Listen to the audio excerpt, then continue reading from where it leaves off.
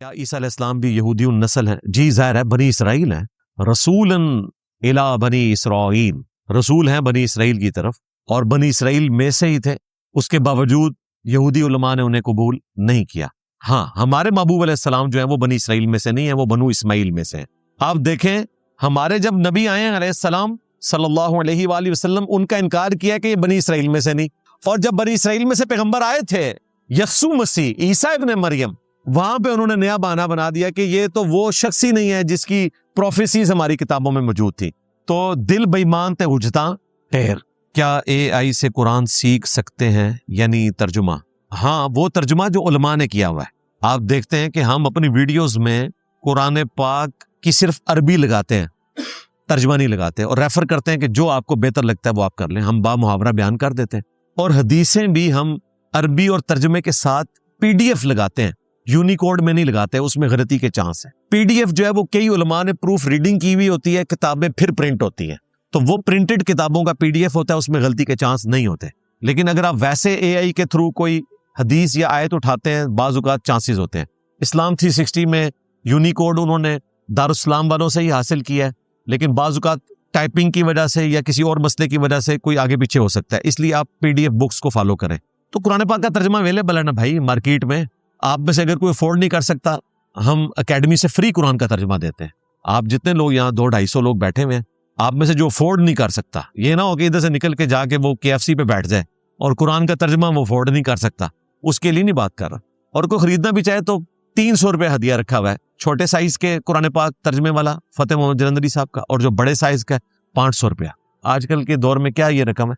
تو وہ سیکھنے کے اعتبار سے سافٹ ویئر جو ہیں آپ ضرور استعمال کریں، لیکن ترجمے کے لیے PDF بھی سامنے رکھیں۔ باقی AI بڑی زبردست چیز ہے، جو حوالہ ڈھونڈنے میں پرانے بزرگان دین کو ہفتوں لگتے تھے، AI کو ہفتے نہیں لگتے، دن بھی نہیں لگتے، گھنٹے بھی نہیں لگتے، منٹ بھی نہیں لگتے، سیکنڈز، شاید 1 سیکنڈ کے بھی کتنے حصے میں وہ حدیث ڈھونڈتے تھے۔ ایون آپ کوئی ملتے جلتے الفاظ لکھیں، وہ آپ کو حدیث بتا دے گا کس کتاب میں، یہ پورا ریفرنس نیچے آ جائے۔ تو مدد لیں، اس کے بعد اوریجنل کتاب یا قرآن پاک اوریجنل کھول کے اس سے ویریفائی کر لیں۔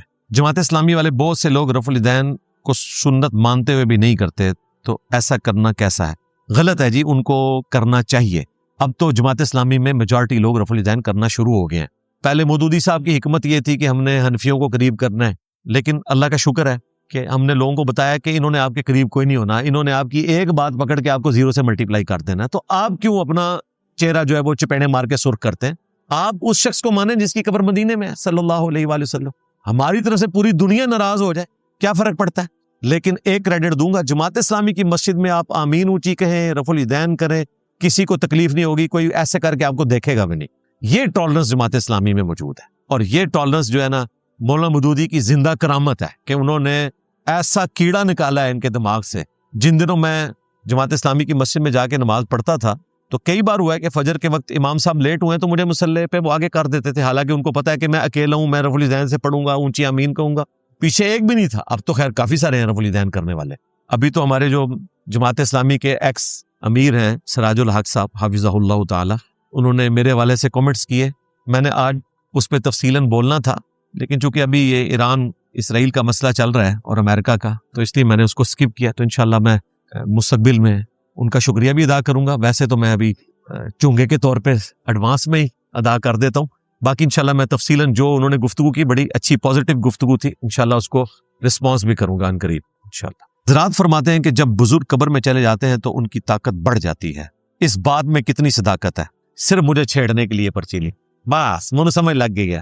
ہاں، اس بات میں اتنی طاقت ہے میرے بھائی کہ یہ جب بزرگ قبر میں نہیں گئے ہوتے ہیں نا، باہر لیٹے ہوئے ہوتے ہیں اور خراٹے لے رہے ہوتے ہیں فجر کی نماز پڑھنے کے بعد رمضان شریف میں، جب نیند روکنا بھی مشکل ہو، آپ ان کے پاس کھڑے ہو کر ان کو اور ان کے بڑوں کو اپنی زبان کی نوک پہ لیں تو نہیں سنیں گے۔ تو قبر میں جا کے کہاں سے انہوں نے سن لینا ہے بھائی، سوائے وہ چیز جو اللہ تعالیٰ عبرت کے طور پر سنوا دیتا ہے، وہ قبر کے لیے خاص ہے۔ بخاری مسلم میں حدیث ہے کہ مردے کو دفنا کے جاتے ہو تو قدموں کی آہٹ بھی سنتا ہے، تاکہ نیک مردہ ہے تو خوش ہو کہ میں نے تم پر اعتبار بھی نہیں کیا تھا۔ بخاری مسلم میں حدیث ہے کہ بندے کے 3 دوست ہیں، 2 باہر رہ جاتے ہیں، ایک ہی اندر جاتا ہے۔ باہر رہ جاتے ہیں اس کے رشتہ دار اور مال، اور ساتھ جاتے ہیں اس کے اعمال، دیٹس آل۔ تو اللہ تعالیٰ حسرت میں اضافہ کرواتا ہے کہ تو نے ان پہ رلائی کیا ہوا تھا اپنے رشتہ داروں پہ چلے گئے. اور جو نیک آدمی ہے وہ کہتا ہے مجھے تو پہلے ہی پتا تھا انہوں نے چلے جانا ہے. ہاں یہ دنیا میں تھا کہ میں جناب تیرے لیے چاند توڑ کے لے آؤں گا اور تیرے لیے میں یہ کر دوں گا, اور جناب وہ چاقو کی نوک سے نام لکھتے ہیں اپنے محبوب کا.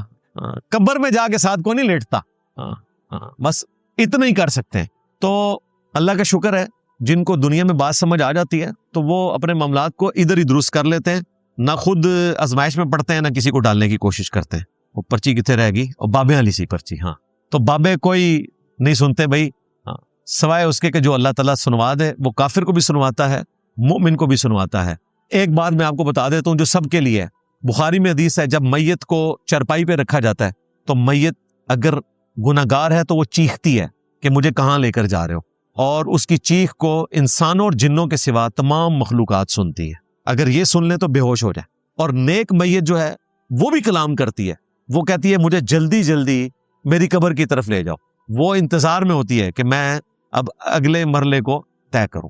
تو بزرگان دین سنتے ہیں یا نہیں ہیں, بولتے تو ہیں نا, یہ حدیث ہے نا. اور قبر میں جا کے نہیں, قبر سے باہر. ہونے ہی میرے دماغ چاہے میت کو جب آپ چرپائی پہ رکھتے ہیں تو بھائی یہ جتنے بابے فوت ہوئے ہیں ان کی کوئی آڈیو ریکارڈ کریں, فوت ہونے کے بعد ہمیں سنائیں. بخاری میں جب لکھا ہوا ہے کہ ساری میتیں بولتی ہیں تو یہ بھی بولتے ہوں گے. کسی کی کوئی ریکارڈنگ ہے تو آپ سنوا دیں. اندر جا کے لاشیں سلامت رہتی ہیں. میں نے کہا تھا اندر چھوڑ دیں, باہر عیدی والوں کے پاس کیوں رکھوائی ہوتی ہے. جون جولائی میں کوئی بھی بابا فوت ہو اس کی لاش کو ایک ہفتے کے لیے چوک میں رکھ دیں دھوپ میں, پتہ چل جائے گا ولی اللہ ہے کہ نہیں. اس طرح کوئی ولی نہیں ہوتا بھائی. لاش میں تعفن پھیلنا ہی پھیلنا ہے. بخاری میں حدیث موجود ہے, سیدنا ابوبکر سے جب اما عائشہ نے ریکویسٹ کی کہ آپ کو کفن دیں تو انہوں نے کہا مجھے میرے انہی کپڑوں میں دفن کرنا, کیونکہ مرنے کے بعد تو گلی سڑی ہڈیوں اور پیپ کا مسکن بننا ہے ان کپڑوں نے. نئے کپڑے جو ہیں وہ زندہ بندوں کی ضرورت ہے. حالانکہ ہمارا عقیدہ ہے خلفائے راشدین کی ایٹ لیسٹ قبریں تو ان میں ان کی لاشیں سلامت ہوں گی, لیکن حضرت ابوبکر نے وہ عقیدہ بتایا جو عمومی ہونا چاہیے. یہاں لوگ عجیب و غریب کہانیاں پیش کرتے رہتے ہیں اور پتہ نہیں کیا سے کیا بنا دیتے ہیں. تو کوئی طاقتہ نہیں بدیاں, طاقتہ مکا چھڑیاں ساڑھے ایک نعرے نے, میرے نبی سا ہے ہی کوئی نہیں, تیرے بابے تھے شاہ ہی کوئی نہیں. میں قبر کے کتبے بناتا ہوں, یہ کمائی حلال ہے یا حرام. ہاں یہ تو ایک مشکل معاملہ ہو گیا نا بھائی. دیکھیں صحیح مسلم میں حدیث ہے نبی علیہ السلام نے 3 کاموں سے منع کیا, قبر پکا کرنے سے, قبر پہ مجاور بن کے بیٹھنے سے, اور ڈائریکٹ بیٹھنے سے, کیونکہ اس میں الفاظ ہے قبر پہ بیٹھنے سے منع کیا, دونوں چیزیں منع ہے, اور قبر پر عمارت بنانے سے. یہی حدیث جامع ترمذی میں ہے, اس میں چوتھی چیز بھی آئی ہے, قبر کے اوپر کتبہ لکھنے سے بھی منع کیا گیا ہے نبی علیہ السلام کی طرف سے. ویسے قبر کی نشانی آپ رکھ سکتے ہیں, وہ ابو داؤد میں حدیث موجود ہے, نبی علیہ السلام نے قبر کی نشانی سرانے پتھر کی شکل میں رکھی, لیکن کتبہ جو ہے نا وہ منع ہے. آپ اب کتبے وہ والے پھر لکھیں جو مکانوں کے باہر لگائے جاتے ہیں. بہتر یہ ہے کہ آپ اس کام کو چھوڑیں اور کوئی اور کام کریں, یہ درست نہیں ہے. اور پھر آپ دیکھیں ویسے یہ لوگ چھوٹی چھوٹی چیزوں کا خیال رکھتے ہیں, لیکن قبروں کے کتبے جو ہیں ان پہ آیت الکرسی, قرآن کی آیات لکھی ہوتی ہیں. رات کے وقت انہی قبروں کے اوپر کتے بھی چڑھتے ہیں, پیشاب کرتے ہیں, بکریاں پیشاب کرتی ہیں, چھینٹے پڑتے ہیں, اس وقت ان کو کوئی توہین نظر نہیں آ رہی ہوتی. تو ہر لحاظ سے یہ کوئی سوٹیبل نہیں ہے. حدیث میں جو سزا یہ ہے وہ شادی شدہ کے لیے. قرآن نے اس چیز کو مینشن نہیں کیا کہ یہ شادی شدہ ہے یا غیر شادی شدہ ہے. احادیث بتا رہی ہیں کہ غیر شادی شدہ کے لیے قرآن والی سزا ہے. قرآن میں اگر لکھا ہوتا نا کہ یہ شادی شدہ کی بھی سزا ہے پھر ہم آپ کی بات کو صحیح مانتے. قرآن نے اسے ان اٹینڈڈ چھوڑا ہے. قرآن اور سنت کو ملا کے آگے چلنا ہے آپ نے. اور یہ وہ چیز ہے جس پہ سنی شیعہ کا اتفاق ہے. چند چیزیں جن پہ سنی اور شیعہ کی کتابیں احادیث کی متفق ہیں.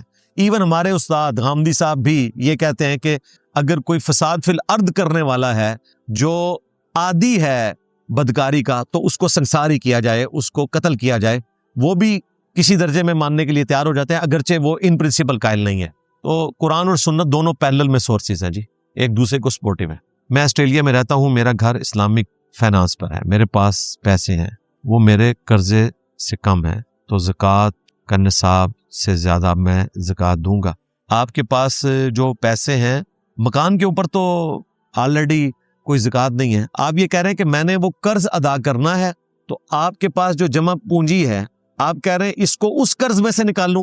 چوپڑیاں نالے دو, یعنی ایک تو پراٹھا کھانا چاہ رہے ہیں اور وہ بھی 2. میرے بھائی یہ پتہ نہیں کس نے آپ کو بتا دیا, یہ پبلک میں جو مشہور ہے کہ آپ کے پاس جو ایسٹس ہے پہلے قرضہ مائنس کریں گے. یہ اس صورت میں جب آپ نے قرضے کو ایسٹ میں شامل کیا ہو پھر قرضہ مائنس کریں. مثلا ایک بندے کے پاس 1 کروڑ روپے ہے اور اس پہ 2 کروڑ کا قرضہ ہے, تو وہ کہتا ہے جی میں نے 1 کروڑ نکالا تو 1 کروڑ کا میں مقروض ہوں، میں زکات نہ دوں. دیکھو کیسی چلاکی ہے. نہ، اس 1 کروڑ کو اس 2 کروڑ میں شامل کریں، ٹوٹل ہوئے 3 کروڑ، اور اس میں سے 2 کروڑ قرضہ نکال دیں، پیچھے کتنے بچے؟ 1 کروڑ، اسے زکات دو گے. اور ورنہ تو جتنے سیٹھ نے تے کروڑ پتی ارب پتی نے اور انہوں نے قرضے بھی اتنے نے. قرضے کو آپ ایسٹس کے ساتھ شامل کرنے کے بعد مائنس جب کریں گے نا، پھر آپ آگے چلے گی بات. ڈائریکٹ ہی مائنس کرتا ہے. دیکھو ذرا.